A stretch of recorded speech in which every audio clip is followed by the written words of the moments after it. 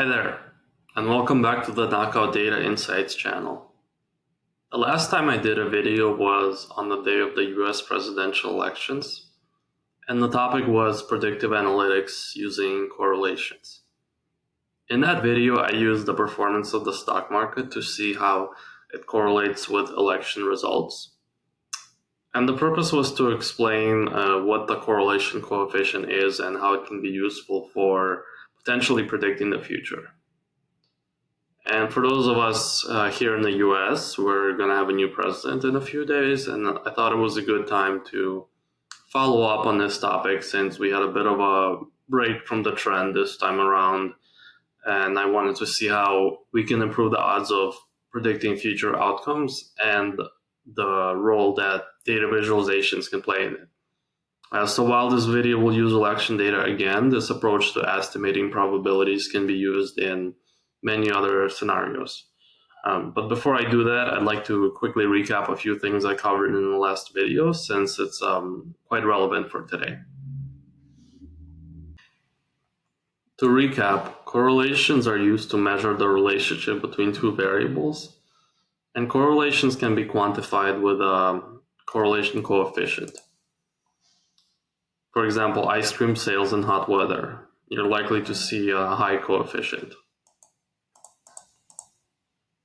In my analysis, I measured the coefficient between the stock market and whether the incumbent party's presidential candidate would win the election or not. So specifically the S&P 500 index, I looked at how it performed in the 12 months leading up to the election. And it had quite a positive correlation. And if I played with different time frames, I can increase the results even better. For example, when I looked at it for 3 months prior to the election, it actually got the result right every single time from the last 10 elections, and the coefficient increased as well. But that didn't happen after the most recent election, so that's why I wanted to follow up on that and do some further analysis. While the video was meant to show how correlations can be useful, it wasn't intended to predict the future. But I did find it interesting how well the market performed, and it didn't result in the expected outcome. But I was only using one metric, and in the real world, predictive algorithms are typically very complex with lots of data points. So I put together this Power BI report to explore the topic a little bit further. Let me pull that up.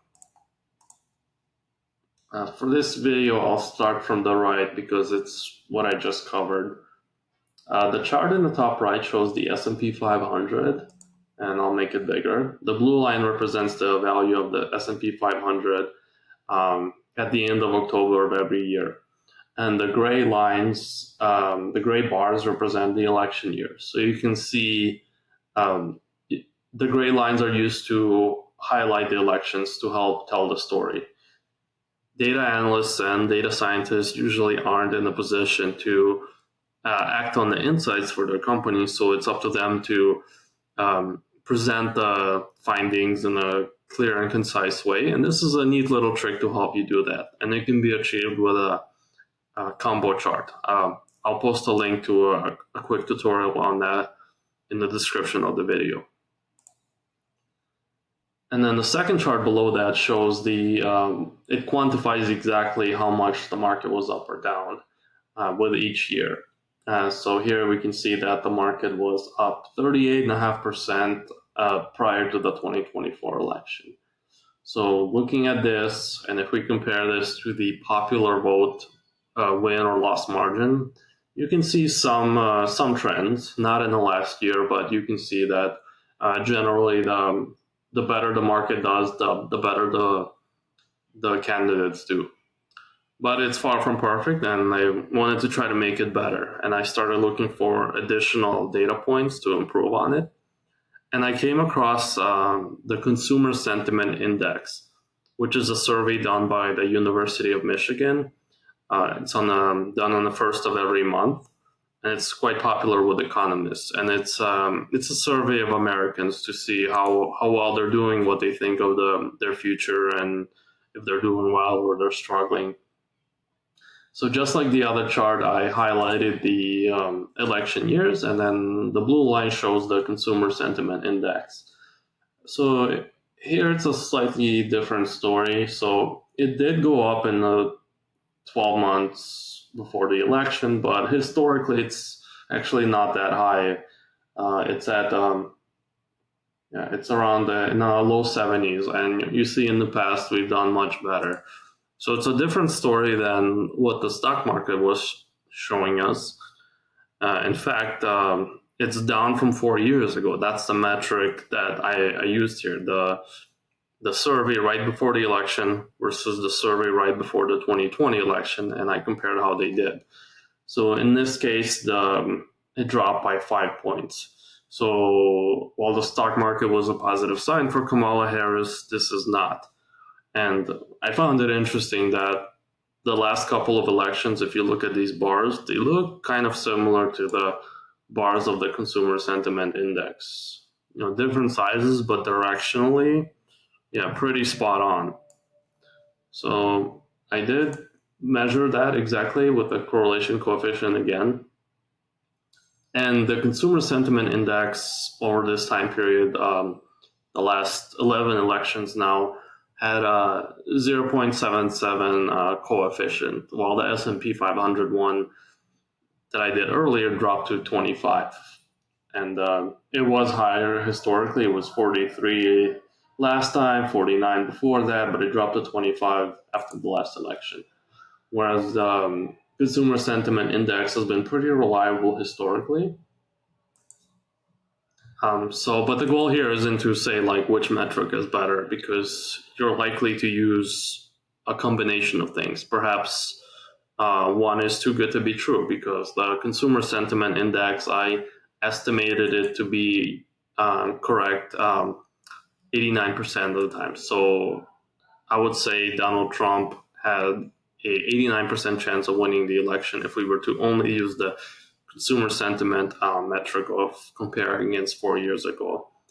While if we stuck to the S&P 500 metric, Kamala Harris would have had a 63% chance of winning the election. But likely you want to use a combination of them just to be safe. So like let's say it's a 50-50 split between them, then I would say perhaps Donald Trump has a 76% chance of winning. And I did this by creating a simple formula by just adding 0.5 plus half of the correlation coefficient. And I did this because let's say you know nothing about either candidate, you have no poll data, this is the only information you have. You just know there's two candidates and one of them is going to win. It's like flipping a coin 50-50. So we start with 0.50, so 50% already as the baseline. And then we add or remove probability after that. In this case, both of these have positive correlations, so we add on to it. So let's say you had a perfect correlation, we would add 50% to 50, it would be 100% odds. In this case, half of 0.77 results in 39%, so 39 and 50, that's 89%. And with the S&P 500, the same formula results in 63%. There's no, it doesn't have to be done this way. It's just my way of doing it, because we have to put a number on. We have to quantify things. And the correlation coefficient by itself does not translate directly into a probability. So this is just a simple probability calculator made up of correlation coefficient of two different economic metrics compared to the popular vote results of the elections. There are many ways to make it better, but I wanted to share my approach, and hopefully you'll find it useful. As I mentioned earlier, you typically would have more data points to analyze. With elections, for example, while the economy is important to voters, it's not the only factor to consider. There are other issues that are important to the voters, and demographics certainly play a big role in that as well. And there's lots of data on that. And my friend Kalina is actually going to share some data with tips as well, using some election data. So stay tuned for that.